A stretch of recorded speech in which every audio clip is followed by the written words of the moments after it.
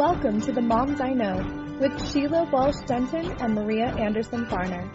Two moms on a mission to reclaim childhood and take you from surviving to thriving on your parenting journey. The Moms I Know is your go-to source for motivation, inspiration, and resources, and real conversation about motherhood and parenting with intention. Thank you for being a part of our community. We hope you enjoy this episode. Hi, this is Maria, and I want to welcome you to The Moms I Know. And a woman who held a babe against her bosom said, "Speak to us of children." And he said, "Your children are not your children. They're the sons and daughters of life's longing for itself. They come through you, but not from you. And though they are with you, yet they belong not to you. You may give them your love, but not your thoughts, for they have their own thoughts. You may house their bodies, but not their souls, for their souls dwell in the house of tomorrow, which you cannot visit, not even in your dreams. You may strive to be like them, but seek not to make them like you. For life goes not backward, nor tarries with yesterday. You are the bows from which your children as living arrows are sent forth. The archer sees the mark upon the path of the infinite, and he bends you with his might that his arrows may go swift and far. Let your bending in the archer's hand be for gladness. For even as he loves the arrow that flies, so he loves also the bow that is stable." Beautiful.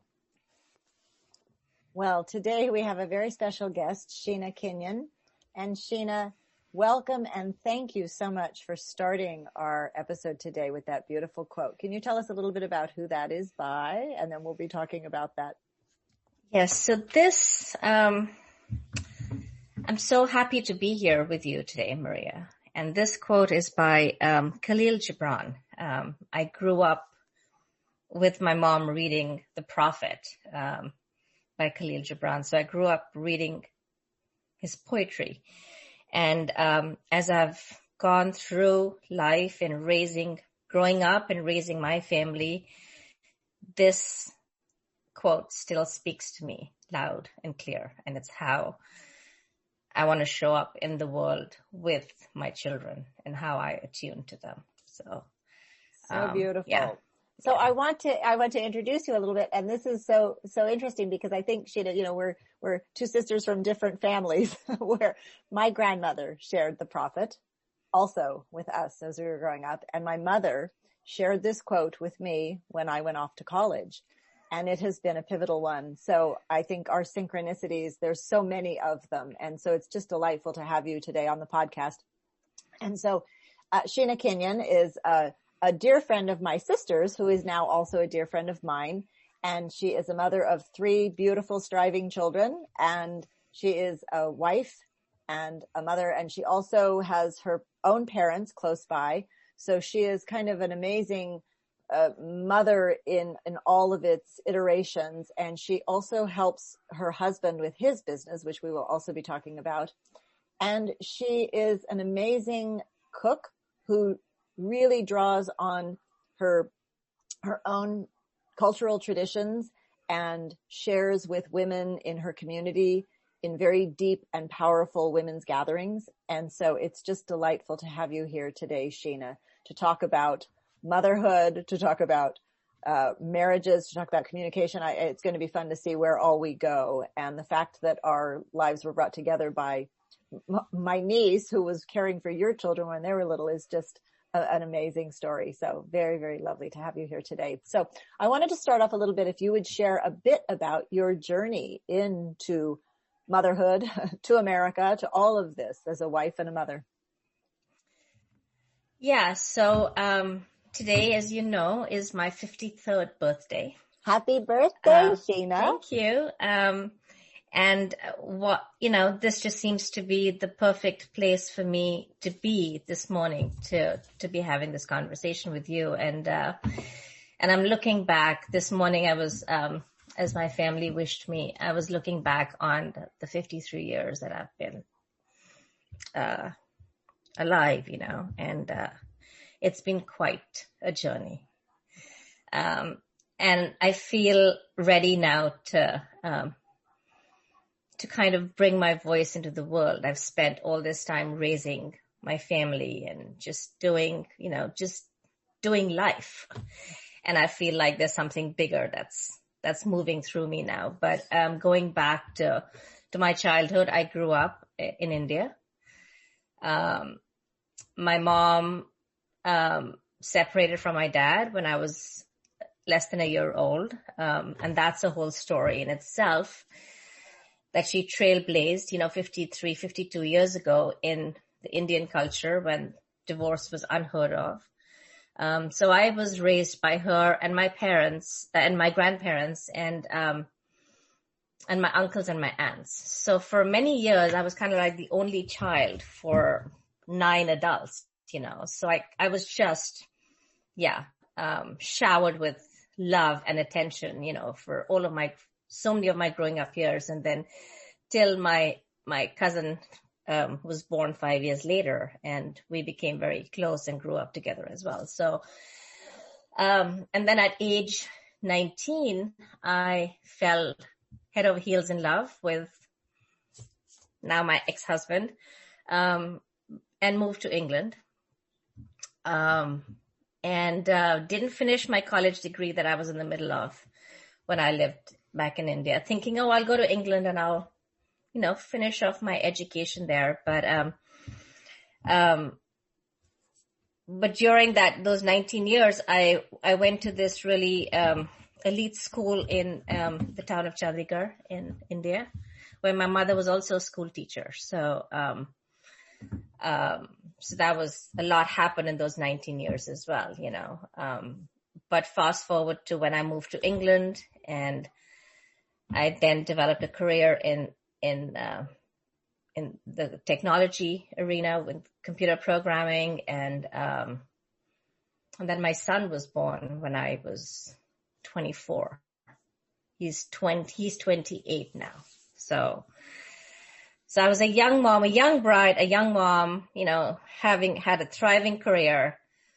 But it was like I was checking the marks off, of like, okay, this is what you do. This is what the culture's told you to do. You get married, although my mom had raised me with, you've always got to have a career. You've always got to be independent, because that's what she had learned, during her, years as well, in India.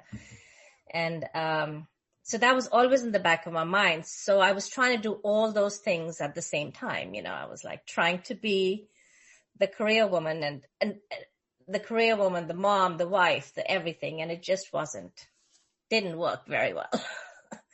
So needless to say, that marriage broke up in about 10 years. And my mom had by then married my stepdad, who grew up here in Marin County. And so they had gotten married, and so they were living here in California already. And so I moved over here with my son, who was 4 years old at that time. But then in between, I also spent about a year in Canada with my extended family, retraining, because I was done with the computer programming and all of that. So I wanted to retrain a new career, and did that, and then moved here.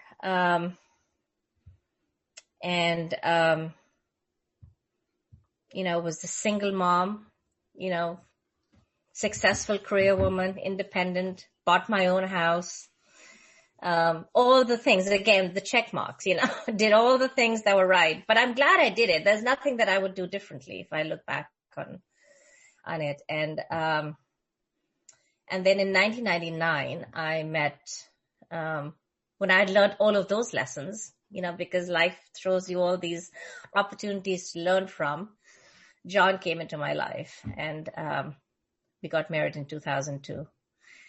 And now we have 2 children together, Taraka and Arjun, and 15 and 13. So that's kind of like the nutshell of the story.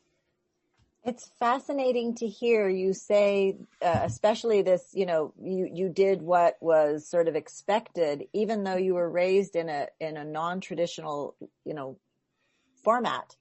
And yet our culture, our society, we pick up these cues from all of these places. And we think, again, this idea that we can have it all, we can have the career, we can have the marriage, we can have the children. And then we learn some lessons along the way. And some women can, and some women can't. And, I always talk about the fact that, everybody has to find their own path. But then it seems as if you chose to do things a little bit differently when you met John and had Tarika and Arjun. And so it's just interesting to see then how our life trajectory happens. And you said the lessons that we learn along the way. And I never say mistakes, because they're never mistakes. They're opportunities for learning, and that we get what we need to learn. And so now watching you maneuver this dance of making sure that you are there for your mother and your stepfather, making sure that you are there for your teenage children, your grown son, making sure you're there for your husband. And yet now you said, and I love this, that something else is being called forth. And so this concept of phases of our lives, you're heading into this new phase, and how fitting that this is your 53rd birthday today. And I think that that is a pivotal time for women. So for those of you listeners who are not yet there, just kind of bookmark that a little bit, that yes, there are these different phases, and that 53 is a grand opening and a sort of a reimagining of our lives. And then for those of you that have already reached that point, to say, aha, what was going on there? And I heard a friend of mine say that when we hit around that point, as women, we need to allow ourselves to have sort of another adolescence or another this freedom, so that we don't grow old in our ways of living. And so I love that you're reimagining this right now. So I'm wondering if you would talk a little bit about that, not just your emerging new career, but also a little bit about how you've juggled this with your husband, John, and his career. Yeah, it's interesting. So, I had this thriving career. I was, so way back in 2002, I would have been 34, right? And I think what also struck me, of course, John and I have this deep soul connection, a deep love, but also part of what attracted him to me was that I was an independent woman, strong in myself. And so in our minds, I would have just continued with my career. That's kind of what was sort of in the plan. Like, yeah, he would do his, he came in with his strengths and his career, and I came in with mine. And then we just create a life together. That was kind of how our brains, our headspace saw it, right? But life had a whole other plan for us. And so in 2005, when I got pregnant with Tarika, I had given up my IT career. I had decided I was just going to consult. I was just going to get a few consulting jobs here and there, but not to do it on a full-time basis. But then I realized, okay, I've got to have something that I'm going to do before we actually start a family. And so I took up just a regular, lower paying position in a healthcare company just for a year and a half. But as luck would have it, when Tarika was born, I had a few complications after the pregnancy was like, all three of my pregnancies have been just the best times of I've just been happy. I've just thrived during those times. But after that, I ended up having a C-section, and I had a few complications. And so I remember when she was born, I looked at her and I said, oh my goodness, all the ways in which I wanted to spend, I really did not want to go back to work when Kabir was born, but necessity it was necessity for me to go back.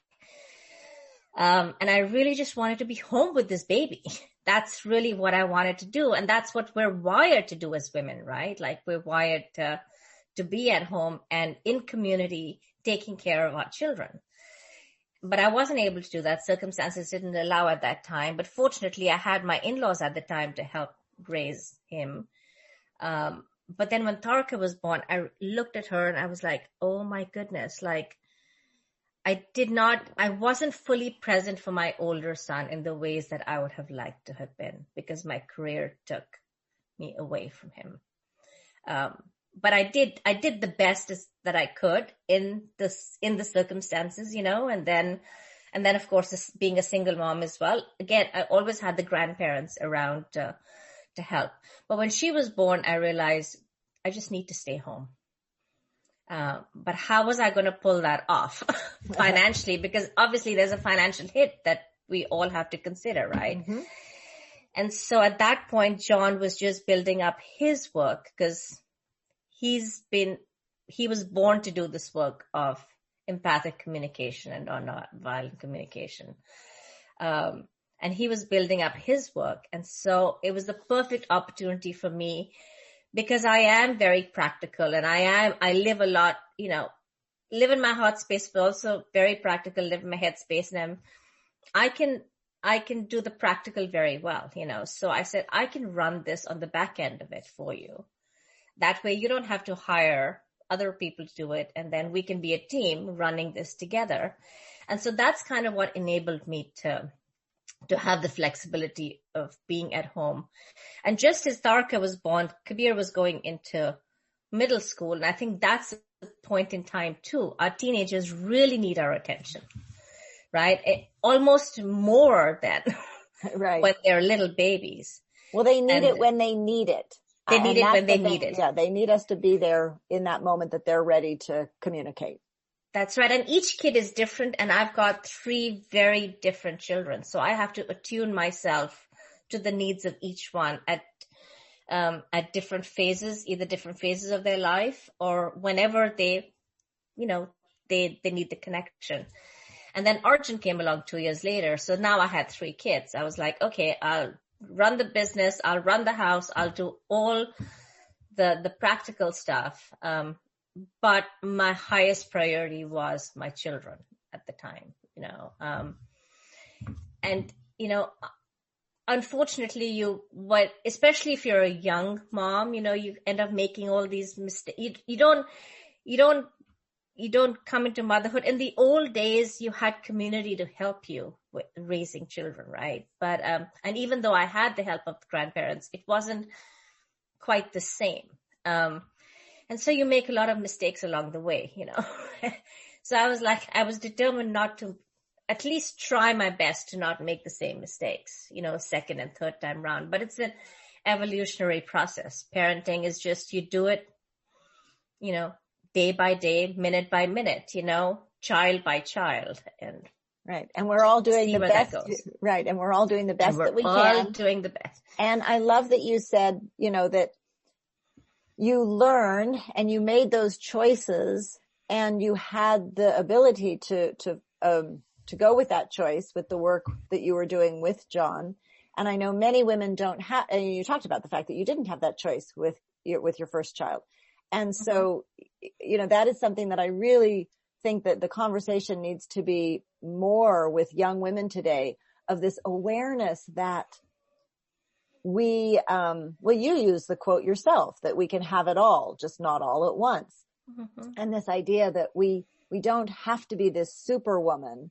And I think both you and I tried to be like the perfect mom, and try to do the best we can, and looking at nutrition and sleep and education and all of these pieces. Mm-hmm. And yet we're also human beings, and we just learn as we go. There's no one way that works for every family. And so I love your story because of the fact that you've had these different phases in your life, and you've made different choices along the way, and you can look back on those. And, there's not to say better or worse. I mean, I know a lot of young moms who, they don't have quite that same initial response that both you and I did, was, I'm going to stay home with this child. It can be a struggle, and emotions can come in, and, postpartum issues can come in. And so, there's the whole range. But when we're in community together as women, we can support each other, and we can have these conversations about what we're feeling and what we're going through, and what our choices can be. So I love that. I wanted to talk a tiny little bit about the fact that, John has this incredible business working with empathic connection, empathic communication, based on his work with Marshall Rosenberg of nonviolent communication. And that, here you are in relationship with this man who is living and breathing empathic conversation and communication. And I'm wondering, and I think we've had conversations that it's not always perfect, because sometimes I think, oh my gosh, if I had a husband that, this was what he lived and breathed, we would just communicate perfectly all the time. And so I'd love to hear a little bit about that.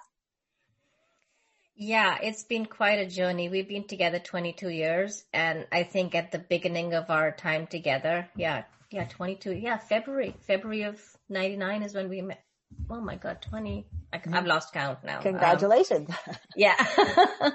But it's been such a journey. And what I've realized over all of these years is, all those many years ago, I really wasn't taught how to communicate.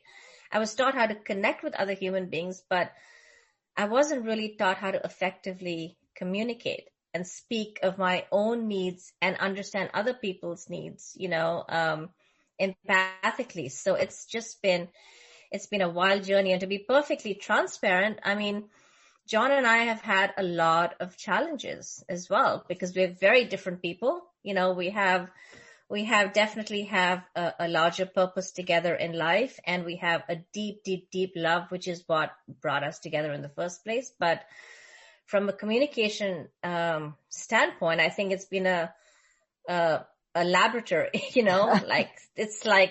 where we practice, right? And we practice every single day how to connect with each other, with ourselves, with our children, with our friends, with people around us. And it's been really interesting to walk that with him, and I call him the master of communication, because he really he does truly live and breathe it.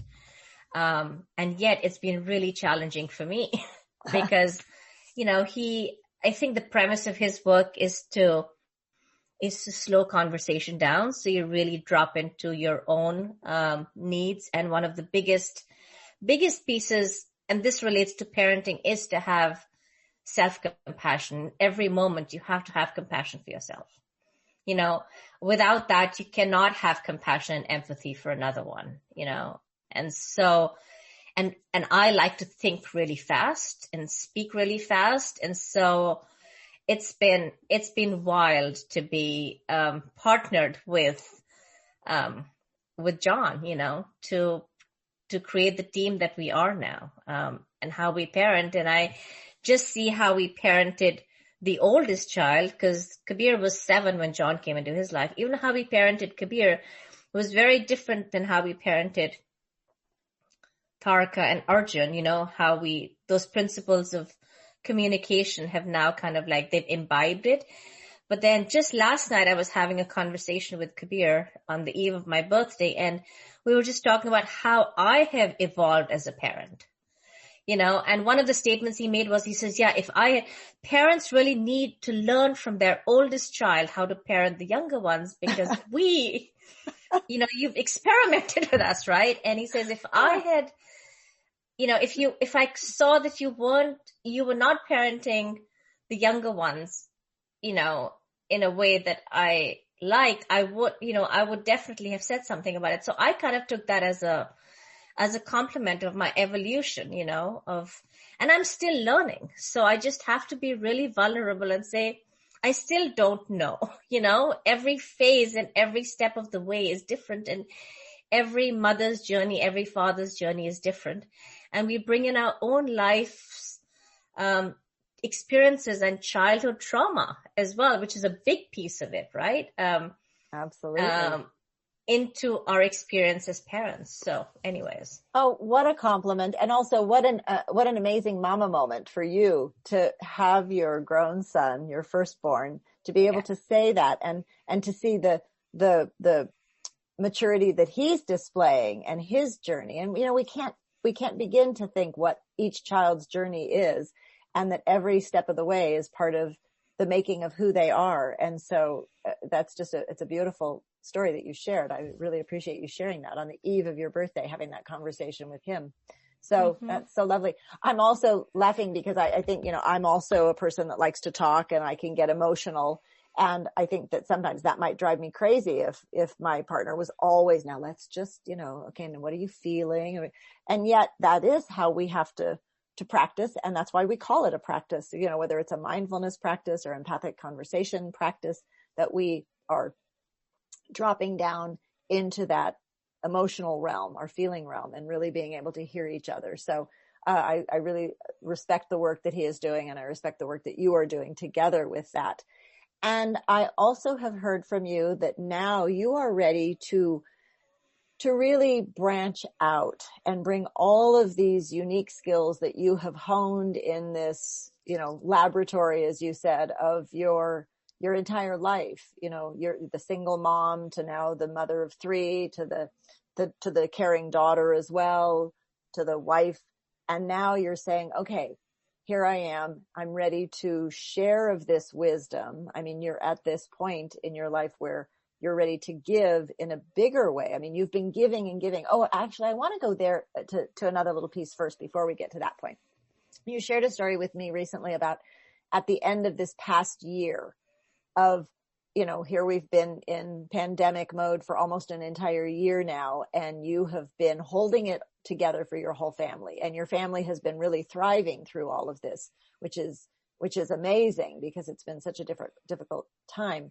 And yet, you expressed a little bit about towards the end of the year, 2020, what was going on for you. Can you share just a little bit of that? And then we'll go into kind of your next steps.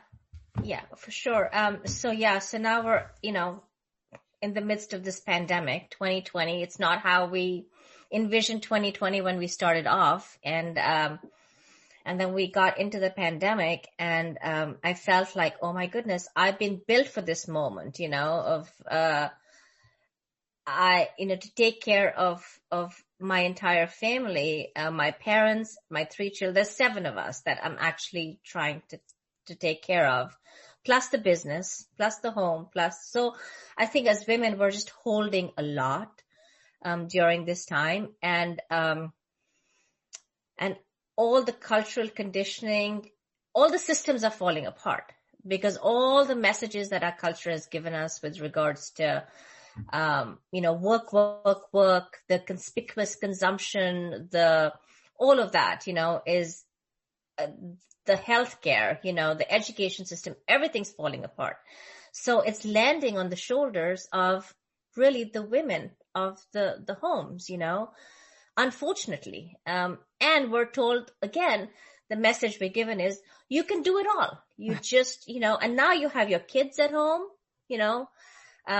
learning on Zoom, you have your elderly parents to take care of, you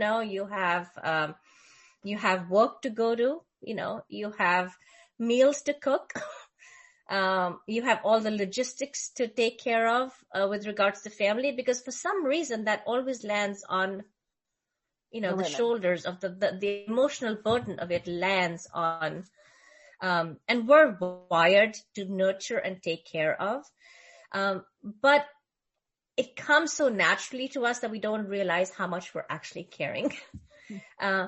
But I also realized that all the work that we as a family had done individually and collectively for all of these years sort of came together during this time of the pandemic and brought us together as a family in close connection like never before. And as much as I was celebrating that, I was just loving just having that. I was also carrying a lot of responsibility to make sure that everybody was thriving, was healthy, was happy, emotionally, mentally, physically. And then also carrying the burden of what was going on in the larger world. There is so much suffering. Mm-hmm. There are so many systems that are breaking down, and that the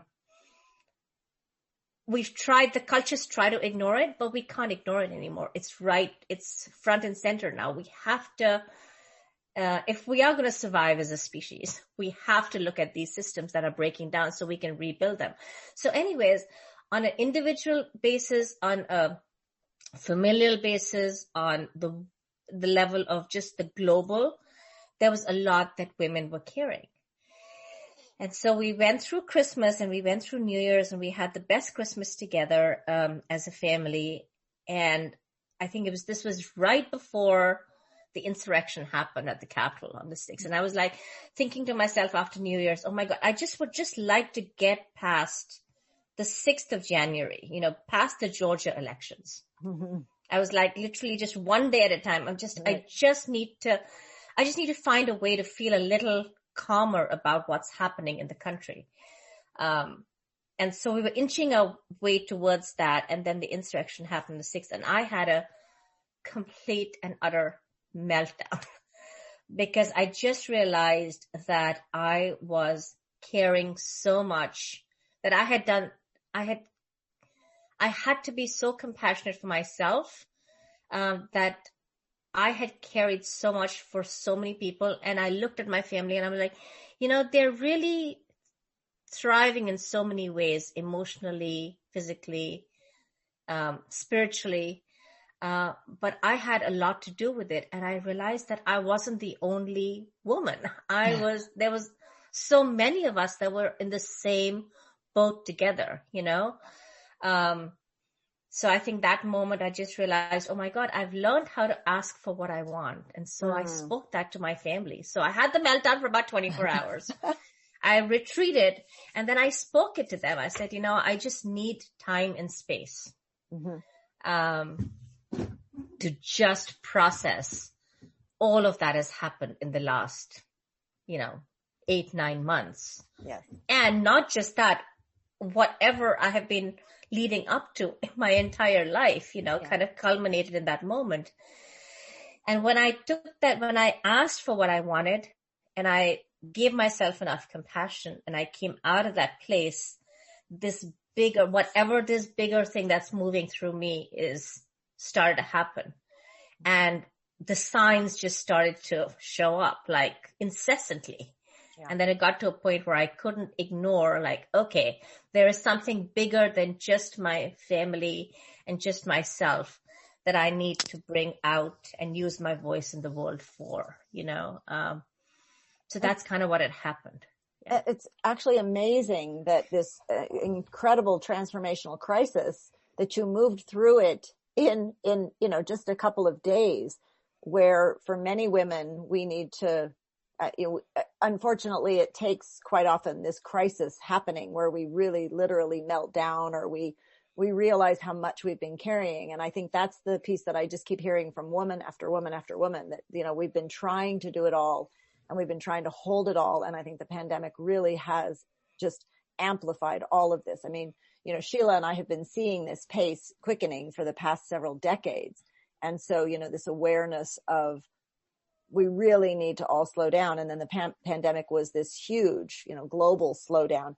And yet your transformational crisis, if we can call it that, you moved through it rather quickly. But I think that also attests to the fact that you have been doing so much of this work, with communication, with, self-compassion, with a mindfulness practice, all of that. And so with young moms, I really talk about this whole, my first essential of parenting, this idea of self-care, mama care, that we take care of ourselves, that we take care of each other, that we help and support each other. Because I got to that point too, where I was given out. And when my kids were around elementary school age, I remember just kind of getting to this point where it's like, I don't have anything more to give.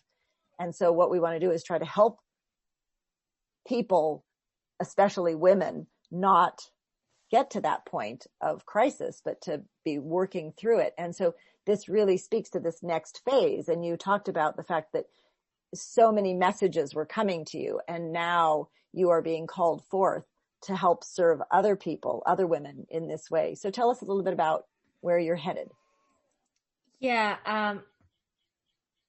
I really just want to reiterate that to get to this point, where you can move through the darkness and the transformational crisis, you have to be open to doing the inner work, because really, and that could take years, right? And so I feel like I may have even started that, really even consciously started that journey when I moved from England to here, and following my intuition. That's the other pieces as women. We really do need to, because that's our superpower. Our intuition is our superpower. So if we do the inner work and we follow our gut and we follow our intuition, that's really what will help us transform.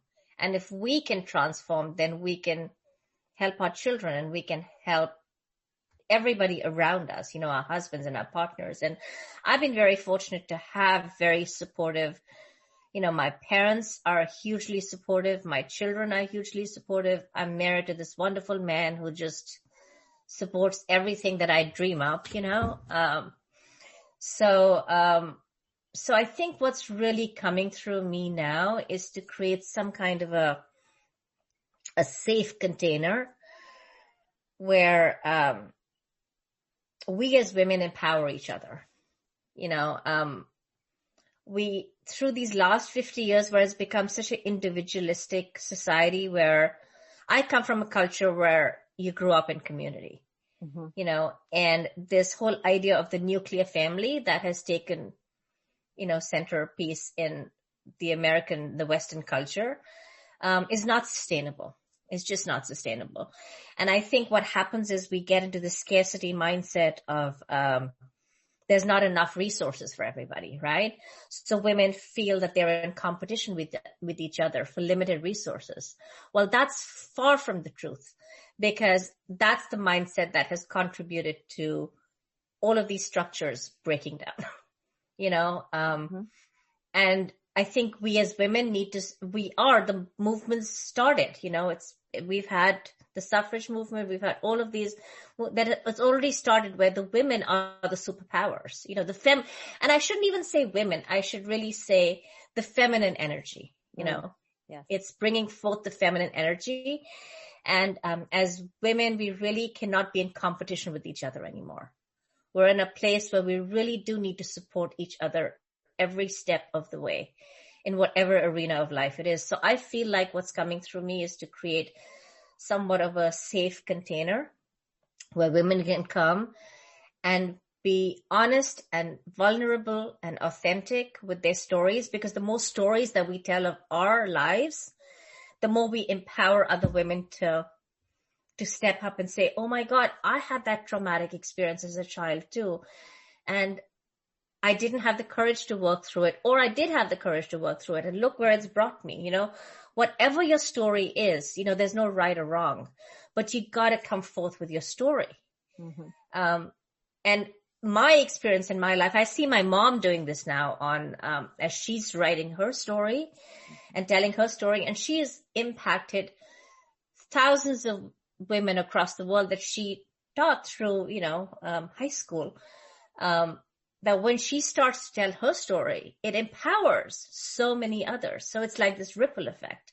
So I feel like that's what's moving through me. And I would really like to collaborate with other women to create this container where we tell our stories. And so anyways, yesterday, so this is how I kind of work, by the seat of my pants, and just kind of like, okay, fly by the seat of my pants and just, I need a website. I need some kind of, at least some place where people can find me.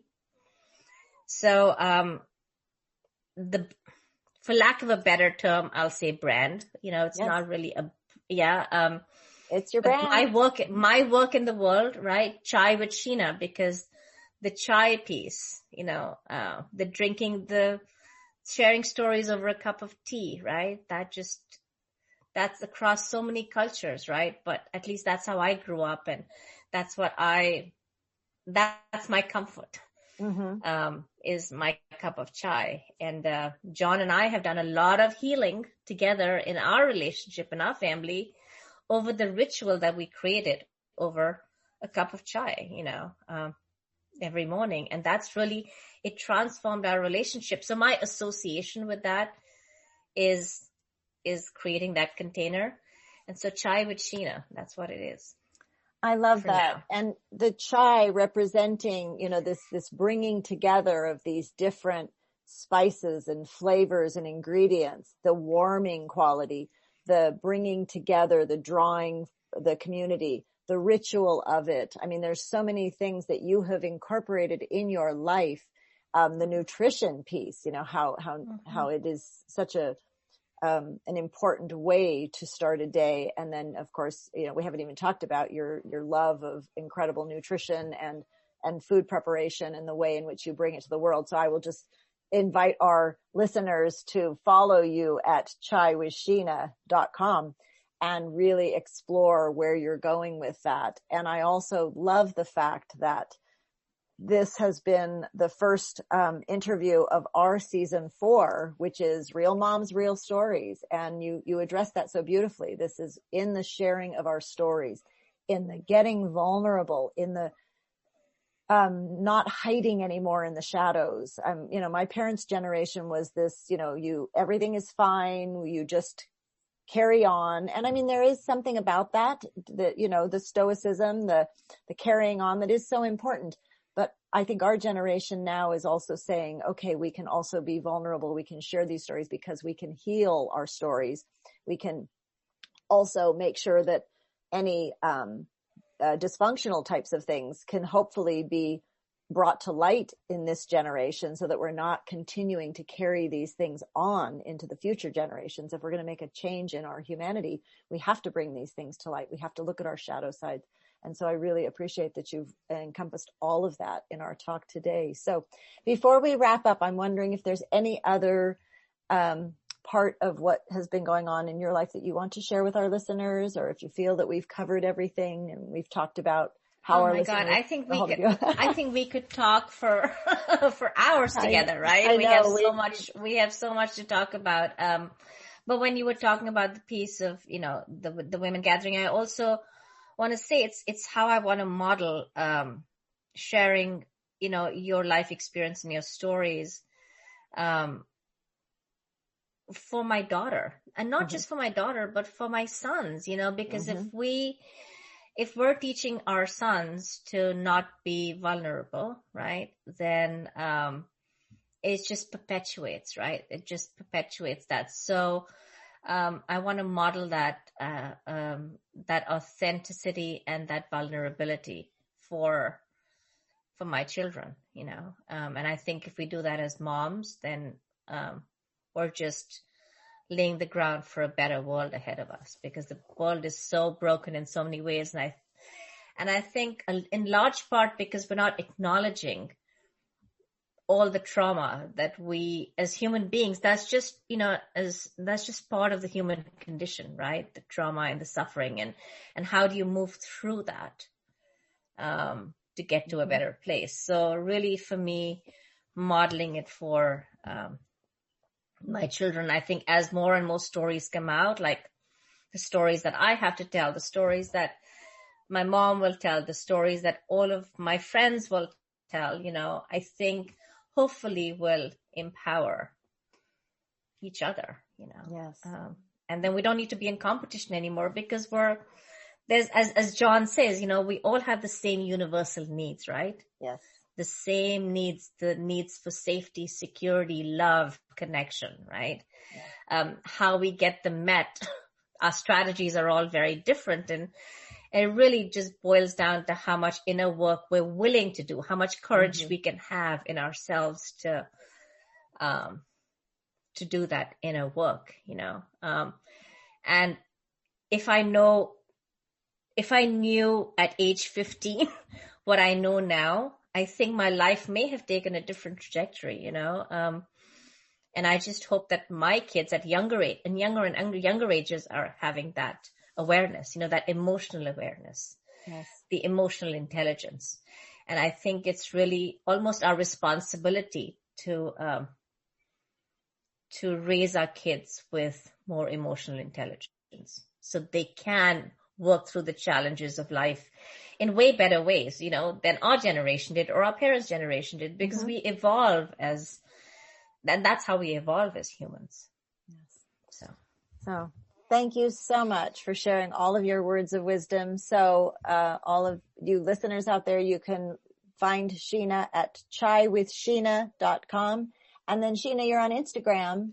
Yeah, at Schena Kinyon. So I'll spell that. It's SCHENA KINYON. So my handle is at Schena Kinyon.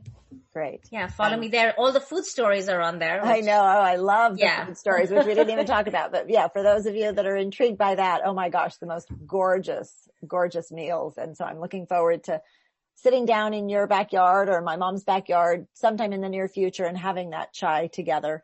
And so Schena, thank you so much for being here with us today. I truly appreciate the time you've spent. Happy 53rd birthday to you. I'll look forward to hearing how the rest of your day goes. And to all of you listeners out there, thank you for being here for our first interview of season 4. We are looking forward to bringing you so many more. And so just take care and we will see you soon. Bye-bye. Thanks for joining us today for The Moms I Know. We hope you enjoyed today's episode. To get the show notes and resources mentioned in today's episode, visit themomsiknow.com. For information on Maria's programs, visit thefutureoffamily.com. And for information on Sheila's programs, visit purplebeetfamily.com. Don't forget to subscribe and rate us on iTunes and follow us on Instagram at The Moms I Know Podcast. Until next time, have a joyful family journey.